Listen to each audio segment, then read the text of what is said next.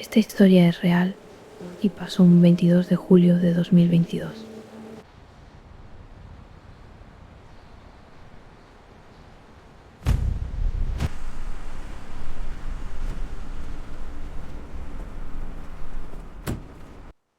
Hay lugares donde el tiempo deja de existir.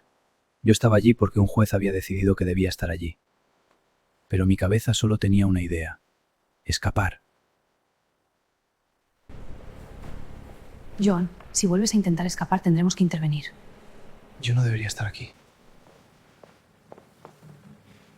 Cuando salgas de aquí, iremos donde tú quieras, amor. No quería escapar del hospital. Quería escapar del miedo, del ruido y de sentir que mi vida ya no me pertenecía.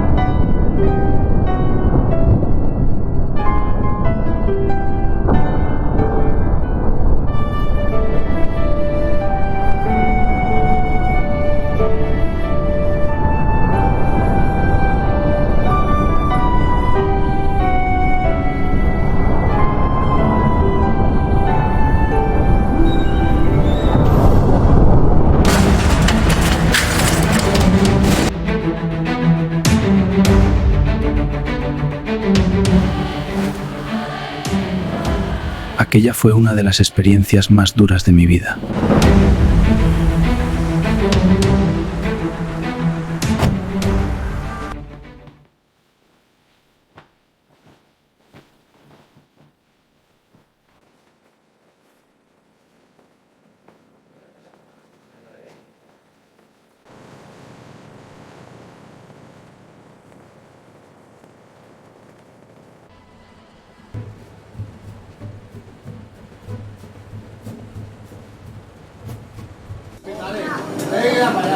Con parada en del metro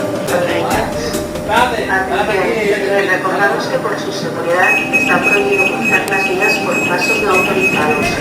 Utilicen solo los pasos habilitados.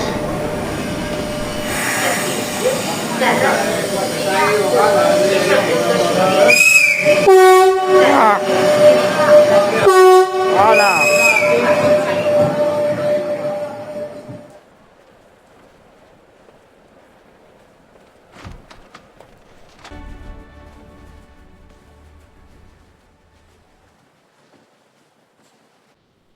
Durante mucho tiempo pensé que aquel día había sido el peor de mi vida.